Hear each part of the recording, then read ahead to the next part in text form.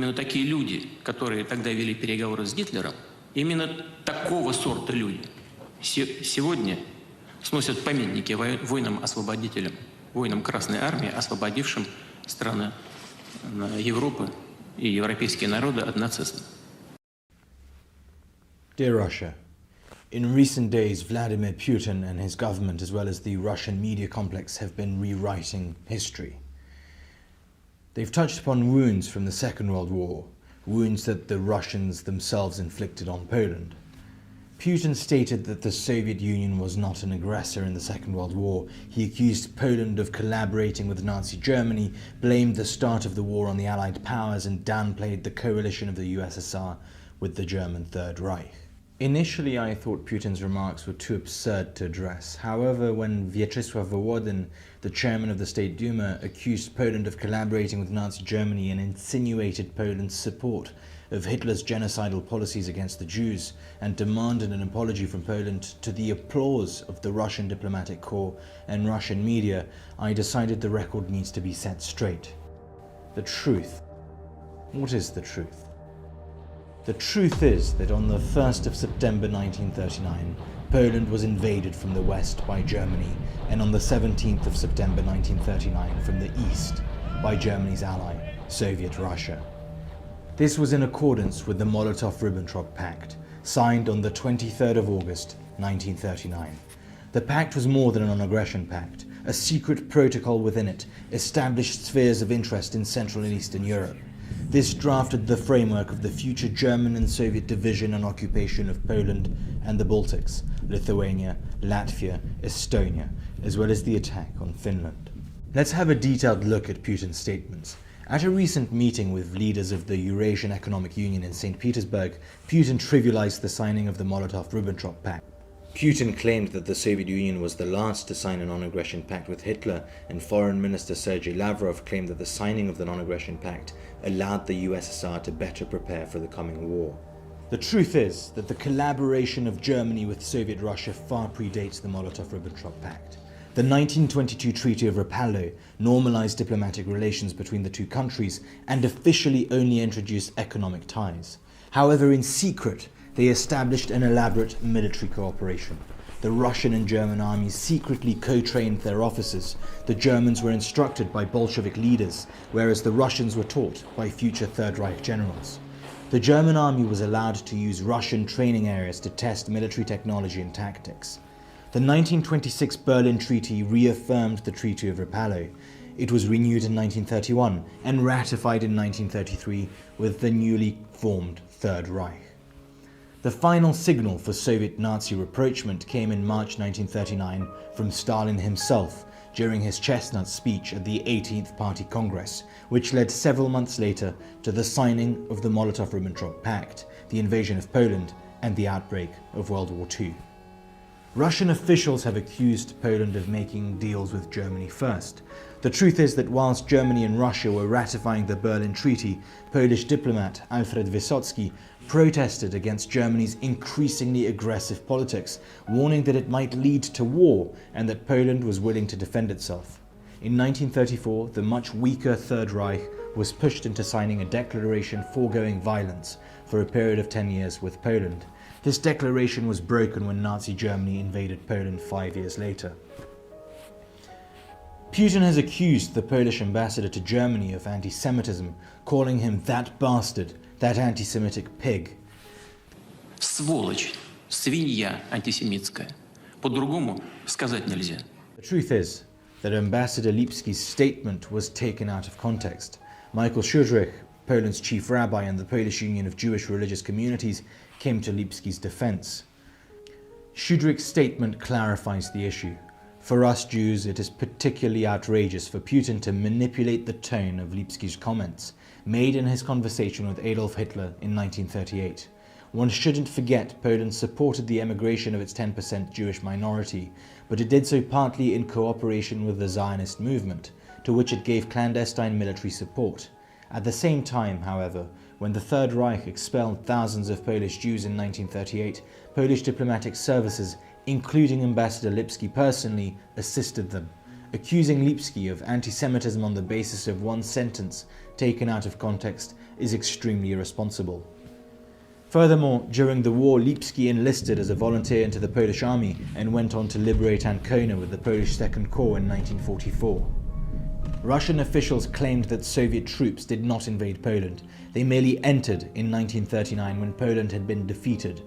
The truth is that the 600,000-strong Red Army invaded Poland without warning in the early hours of the 17th of September and found soldiers of the Polish Border Corps, the Pinsk Flotilla, and Polish reserve troops standing in their way. One of the many border units was that of Lieutenant Jan Bobot. Like the rest of the Polish army, surprised, overwhelmed and outnumbered, he fought on. For 4 days he defended his bunker. In his final report he wrote about the 100 or so dead Russians on the battlefield and about hundreds more mounting another attack. During the Soviet invasion, against all odds, General Orlik Rukeman defeated the Russian 52nd Division at Shatsk, and General Kleberg defeated the 143rd Rifle Division at Parchev. The Soviets were anything but unopposed. Polish soldiers, helped by Boy Scouts, defended Grodno, whilst the Soviets used Polish children as live shields for their tanks. Leopolis defended itself simultaneously from the German Wehrmacht and the Soviet Red Army, before finally being taken over by the Soviets. Putin claimed that Brest-Litovsk was occupied by the Red Army once the Germans had pushed the Poles out of it. Brest-Litovsk is particularly relevant since it is the location of a shameful joint Soviet-Nazi military parade held on the 22nd of September 1939, which marked the withdrawal of the German troops to the demarcation line agreed to in the Molotov-Ribbentrop Pact, and the handover of the city by the Germans to the Soviets. Whilst the troops were parading, Polish captain Wacław Radziszewski and his soldiers were still defending one of the Brest forts against both Wehrmacht and Red Army artillery, giving up their position on the 26th of September. Putin also stated the Soviet occupation of Poland was necessary because the Polish government had lost control of the country. On the 17th of September, when the Soviets attacked Poland without a formal declaration of war, the defensive war against the Germans was in full flow. The Battle of the Bzura, the largest of the campaign, was ongoing. The Oksywie garrison, Hel, the cities of Warsaw, Lwów, and the Modlin fortress were still all holding out against the Germans. When the Soviets invaded Poland, the Poles were unable to fight two aggressors simultaneously. It was the Soviet invasion which destroyed the last Polish plans of defense and forced the Polish leadership into exile. The Polish army was given orders to evacuate and reorganize in France, leaving Poland through Romania. Putin stated the Soviet occupation saved numerous lives. The truth is, between 1939 and 1941, the Soviets arrested and imprisoned around 500,000 Poles. That is 1 in 10 of all male adults. Over 1 million Poles, the exact figure is unknown, were deported in 4 waves from Poland to the gulags of northern and eastern Russia. 22,000 top Polish army officers, political leaders and members of the intelligentsia were shot by the NKVD in the forests of Katyń, Kharków, Miednoje and Bykownia in 1940 and buried in mass graves.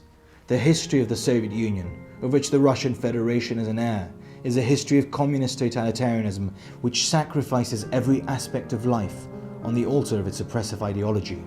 Yours are the crimes of the Red Army, of Stalin, the Cheka, the NKVD, the KGB, and everything that came between.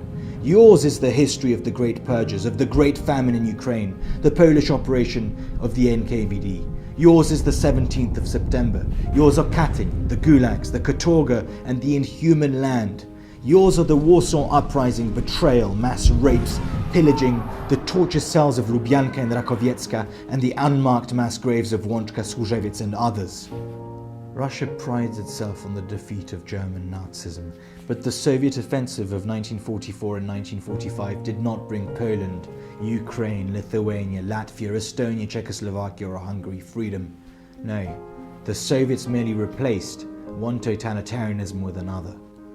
The German concentration and work camps of Majdanek, Zgoda, Potulice, Jaworzno, and Łambinowice were transformed by the NKVD into Soviet ones.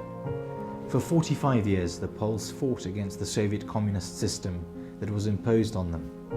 The Polish cursed soldiers fought well into the 50s. The Polish workers and students rose up in 1956, in 1968, in 1970, in 1976 and in 1980. From abroad, Radio Free Europe broadcasts gave us hope. Tu rozgłośnia Polska, Radia Wolna Europa. The Polish Pope John Paul II gave us courage and kept our faith alive. Ja, syn polskiej ziemi. And finally, in 1989, we broke free. 4 czerwca 1989 roku skończył się w Polsce komunizm. Polish independence has been hard won. Because we know what freedom costs, we shall defend our country, both its territory and its character, especially from you, Russia. We have grown used to attacks from Russia. Your propaganda is nothing new to us. Most recently, your attacks have focused on our construction of a ship canal on the Vistula Split, which gives us independence from the Russian-owned Strait of Baltitsk. Your attacks have focused on the German-Russian Nord Stream 2 project, which goes against Polish interests. And also you've attacked Poland because of our support of Ukraine, which is currently partially occupied by and at war with Russia. This current battle for historical truth is one of many fights. Rest assured that none of your lies or attacks will be left unchallenged. It's interesting to note in terms of informational warfare that whilst Western press was focused on the diplomatic row between Poland and Russia regarding the start of World War II, Putin was busy making headway with Merkel around the Nord Stream 2 project. He was also busy negotiating a gas transit deal with Ukraine and renegotiating a gas sales contract with Belarus. But those are all different stories. Чтобы закончить это видео, я хотел бы обратиться к вам, обыкновенным россиянам, а не к вашей элите. На протяжении веков вы были жертвами своей элиты. В царском самодержавию вы были крепостными, отправленными в каторгу. После революции коммунисты поработили вас и убили от 20 до 30 миллионов россиян. Теперь в постсоветской системе вы живете в коррумпированном государстве, грабимом олигархами, в котором доминирует социальное неравенство, и ваши лидеры вовлекают вас в нелегальные войны. Любая попытка российских лидеров построить великую Россию приводила к несчастью для вас, простых граждан России. Но есть надежда. Ваш великий писатель Александр Солженицын красиво сказал: «Одно слово правды, весь мир перетянет».